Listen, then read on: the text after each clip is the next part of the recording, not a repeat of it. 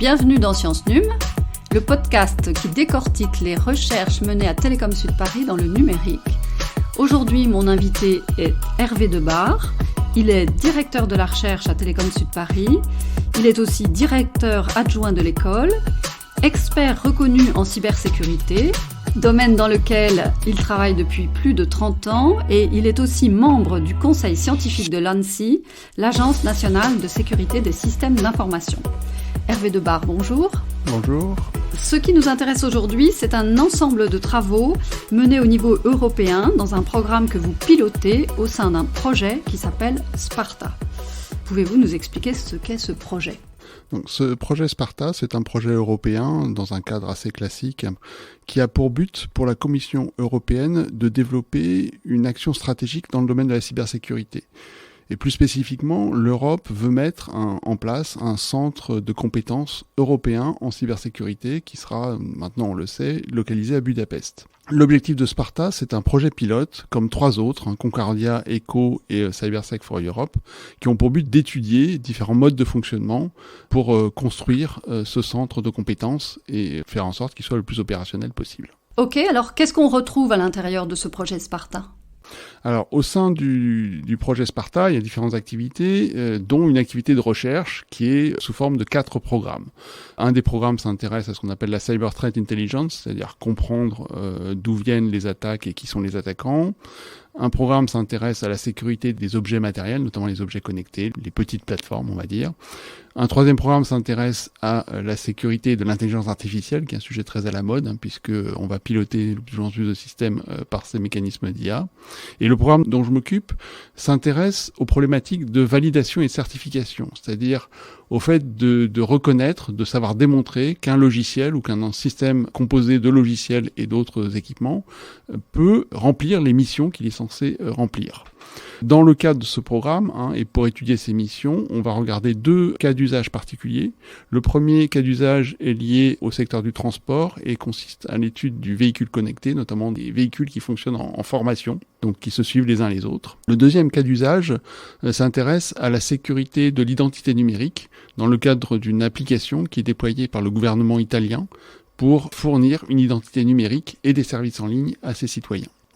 Si je comprends bien, votre mission est d'éviter qu'un logiciel soit sujet à des vulnérabilités. Tout à fait. Alors, qu'est-ce que vous entendez par vulnérabilité et quelles peuvent être les conséquences ? Alors, les vulnérabilités, on peut en gros les classer en 3 grandes familles. On a d'abord des vulnérabilités de conception qui touchent des protocoles ou des choses assez fondamentales, souvent des choses qu'on a conçues il y a bien des années, puisque les premiers mécanismes de l'Internet, ils ont été conçus dans les années 80-90. Et dans ces années-là, on se souciait plus de faire fonctionner les choses que de leur sécurité. Et donc, on a dû faire face à un certain nombre de failles dans des protocoles fondamentaux de l'Internet qui dataient vraiment de la manière dont ils étaient conçus. On est globalement un petit peu sorti de cette phase-là et on trouve aujourd'hui essentiellement des vulnérabilités dans le développement logiciel, donc des erreurs de programmation dans différents langages, et puis des erreurs dans l'opérationnel, c'est-à-dire dans la manière dont on configure les logiciels et les services pour qu'ils rendent des fonctions à leurs utilisateurs. Et en fait, on s'aperçoit que dans la modification du monde informatique qui va de plus en plus vers ce qu'on appelle le DevOps, c'est-à-dire en même temps développer et déployer de nouvelles fonctionnalités, eh bien les vulnérabilités dans le cycle de développement et les vulnérabilités de configuration se mélangent un petit peu et on a globalement des systèmes qui peuvent présenter des failles qui permettent à des attaquants de les compromettre, c'est-à-dire d'aller tout simplement soit bloquer le service, soit aller lire des informations auxquelles ils n'ont pas droit, ou finalement renvoyer des informations fausses ou erronées aux utilisateurs légitimes. Vous travaillez sur 2 cas d'usage, notamment la sécurité de l'identité numérique pour le gouvernement italien. C'est compliqué à mettre en place ? Effectivement, on s'aperçoit qu'on a des systèmes logiciels qui sont de plus en plus complexes par le nombre de plateformes sur lesquelles ils sont déployés, le nombre de systèmes d'exploitation, le nombre de composants interconnectés, le nombre de briques diverses et variées qui s'imbriquent les unes dans les autres pour remplir un service. Aujourd'hui, si je prends l'exemple du cas d'usage italien, on a une application sur smartphone qui fonctionne soit sur Android, soit sur iOS, donc des langages différents, des systèmes d'exploitation différents, qui communiquent avec un serveur d'identité qui, en l'occurrence, l'occurrence, est basé sur un système open source qui s'appelle Shibboleth, qui permet de faire ce qu'on appelle du single sign-on, c'est-à-dire de l'authentification unique, qui derrière sert de relais vers toutes sortes de services fournis par l'État ou des entreprises privées. En France, on a à peu près l'équivalent, ça s'appelle France Connect, et on a du coup des services des impôts, de la sécurité sociale, du ministère de l'Intérieur pour les cartes grises, et éventuellement on pourrait avoir des fournisseurs de services privés. Donc cet ensemble-là, il est très complexe. On s'aperçoit qu'on a plusieurs langages, plusieurs systèmes d'exploitation, des flux, des interconnexions entre différents services qui sont également parfois complexes à modéliser. On entend que c'est complexe. Est-ce qu'il y a d'autres problématiques que vous devez prendre en compte ? On a également une dépendance à tout un écosystème qu'on ne maîtrise pas forcément. C'est-à-dire qu'aujourd'hui, une grosse entreprise qui développe du logiciel, quelle qu'elle soit, que ce soit Microsoft, Amazon, Google, va utiliser un grand nombre de briques et de librairies qui sont souvent disponibles comme sous forme de logiciels libres. Alors tout le monde connaît Linux, tout le monde connaît les serveurs Apache, tout le monde connaît un certain nombre de navigateurs comme Chrome ou Firefox qui sont disponibles gratuitement et sous forme de logiciels libres. Ces logiciels, ces librairies, eh bien, ils ne sont pas maîtrisés par le développeur du logiciel ou du service final qui, cependant, est responsable de son bon fonctionnement. Et par conséquent, on a besoin de gérer des vulnérabilités dans l'ensemble de cet écosystème logiciel, y compris pour des composants qui ne sont pas dans notre domaine de responsabilité, ce qui implique une très grande complexité dans le fait de comprendre et de gérer ces vulnérabilités. C'est quoi alors la finalité de ce projet de recherche ? L'objectif, c'est de systématiser la validation du logiciel pour s'assurer qu'on a le moins de vulnérabilités possible lorsqu'on le met en fonctionnement. C'est suffisamment compliqué pour qu'on ait besoin d'outils, et le but du programme, c'est de développer des outils qui peuvent attaquer l'ensemble de la chaîne de développement logiciel pour aller depuis la conception jusqu'au déploiement. Hervé Debar, quelle est l'originalité de vos travaux ? C'est déjà d'adresser l'ensemble de la chaîne logicielle. Je ne connais pas de système qui puisse aller regarder tout ce qui se fait tout au long du cycle de vie du logiciel. Le deuxième intérêt, c'est l'hétérogénéité des technologies qui oblige à avoir des outils spécifiques mais complémentaires pour traiter des vulnérabilités qui peuvent se présenter dans différents composants logiciels. Et puis, au final, l'idée, c'est d'aider à l'analyse de risque en donnant aux développeurs et à l'opérateur des informations pour remédier à ces risques. C'est-à-dire que si on lui dit simplement il y a un problème, mais on lui explique pas ce qu'est le problème et qu'est-ce qu'il peut faire pour y remédier, au final, l'information qu'il reçoit est assez inutile. Ça amène même à une certaine fatigue de l'information. Et donc, il est nécessaire que nos outils lui donnent des pistes pour résoudre les problèmes qui ont été identifiés. Le projet européen, c'est un travail commun entre des chercheurs du public et le monde de l'entreprise. Mais quel est l'apport de ces entreprises dans le projet ? Alors, il y a plusieurs entreprises qui sont impliquées dans le programme. Je vais vous en citer deux. La première, c'est un grand fournisseur de logiciels qui s'appelle SAP, une entreprise d'origine allemande qui vend ses logiciels à peu près sur toute la planète. SAP se positionne à la fois comme un fournisseur de technologie, c'est-à-dire qu'il développe des outils et il participe à l'intégration de leurs outils dans la chaîne de développement logiciel, de validation du logiciel que nous développons. Et il se pose également comme utilisateur de cette chaîne logicielle. Donc, ils utilisent des technologies fournies par notamment des académiques, pour améliorer la production de leur logiciel. Une deuxième entreprise s'appelle Leonardo, c'est une entreprise italienne. C'est un petit peu l'équivalent de Thales en France. C'est vraiment une très très grosse société qui travaille dans plein de domaines, qui manipule beaucoup de logiciels et qui a notamment une activité de certification de logiciels. C'est-à-dire qu'elle s'engage, elle prouve formellement que le logiciel est capable de remplir les missions qu'il est censé remplir.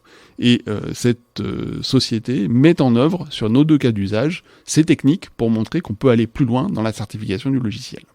Alors maintenant, qu'est-ce que vous appréciez particulièrement dans ce domaine de recherche ? Moi, ce qui m'intéresse, c'est des nouvelles technologies. Depuis longtemps, j'ai commencé jeune. Et en fait, quand on fait de la sécurité, on est toujours à la pointe de la technologie, parce que les gens sont très créatifs, notamment dans la création de nouvelles attaques. C'est un petit peu une tarte à la crème, mais du coup, il faut aussi être créatif dans la manière dont on va répondre aux attaques et dont on va comprendre le fonctionnement des systèmes. On s'aperçoit aussi qu'on a de plus en plus rapidement besoin d'explorer de nouveaux domaines d'application. Il y a quelques années, je me rappelle sur un projet pareil européen, on avait été dans la ville de Rome et on traitait les problèmes de cybersécurité sur leur réseau de distribution d'eau. Et on se retrouvait face à des systèmes qui avaient entre 30 et 80 ans. Et autant vous dire que des électrovannes d'il y a 80 ans, elles n'avaient pas vraiment de techniques de cybersécurité applicables, quoi. C'était assez compliqué à résoudre, mais c'était très intéressant.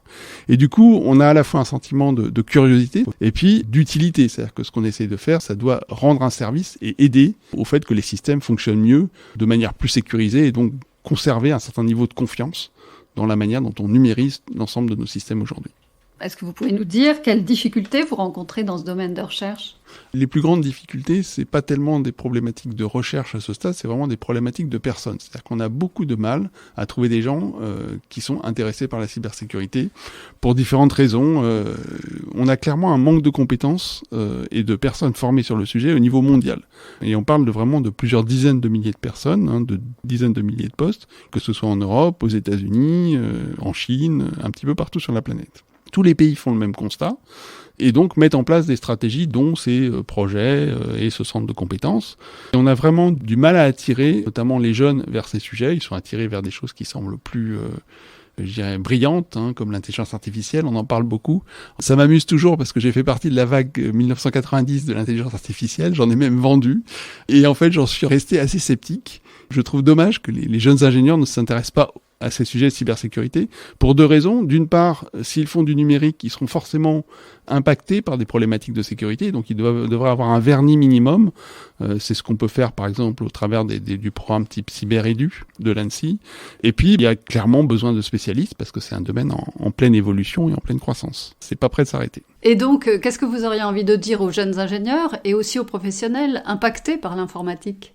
Sur les jeunes, je pense que c'est un sujet sur lequel, s'ils ont envie de creuser des sujets techniques, alors il faut avoir envie de ça, ils auront l'occasion de le faire. C'est aussi un sujet sur lequel il y a beaucoup d'aspects humains, notamment être capable de faire les bons arbitrages et d'aller expliquer aux gens quels sont les problèmes et comment on peut y remédier. Et donc cet aspect interaction avec l'autre, entre guillemets vente, il y a vraiment un sujet économique d'analyse de risque pour faire les bons arbitrages et expliquer pourquoi les choix qu'on propose sont les bons. Pour des jeunes ingénieurs, je pense que ça peut être tout à fait exaltant. Il y a également un sujet sur des professionnels plus aguerris qui ont fait carrière dans un métier qui aujourd'hui est impacté par le numérique. Je pense à des gens qui ont travaillé dans le transport, dans l'énergie, dans le traitement des déchets, dans le traitement de l'eau, qui sont aujourd'hui impactés par le numérique et qui pourraient recevoir une formation à la cybersécurité pour justement mieux lutter contre les attaques informatiques qui touchent directement leur domaine d'activité. Et qu'est-ce que vous leur proposez alors ? Pour les étudiants, c'est clairement de les former et de les préparer à aller sur un marché du travail qui les attend avec impatience. Et je pense que c'est vraiment très important qu'on puisse continuer à former au meilleur niveau ces jeunes. En tant que chercheur, moi je pense que dans le passé, j'ai inventé un certain nombre de concepts qui n'existaient pas avant. Et aujourd'hui, ce que nous faisons dans le domaine de l'automatisation, de la facilitation, de l'explication, de la lutte contre les attaques, me semble extrêmement important pour continuer à avoir des systèmes dans lesquels on puisse avoir confiance. Avant de se quitter, un conseil de lecture pour les étudiants et les professionnels qui vous écoutent aujourd'hui ? Alors, je vais pas recommander des lectures scientifiques. Moi, je vais vous recommander quelque chose qui se lit un petit peu comme un roman, qui est un vieux livre qui date de 1989, qui s'appelle The Cuckoo's Egg. C'est un livre de Clifford Stoll, à l'origine un astrophysicien qui en fait gérait les systèmes informatiques de l'université de Berkeley. Et il a dû faire face à un hacker, un des premiers hackers qui venait d'Allemagne et qui essayait de pénétrer son système.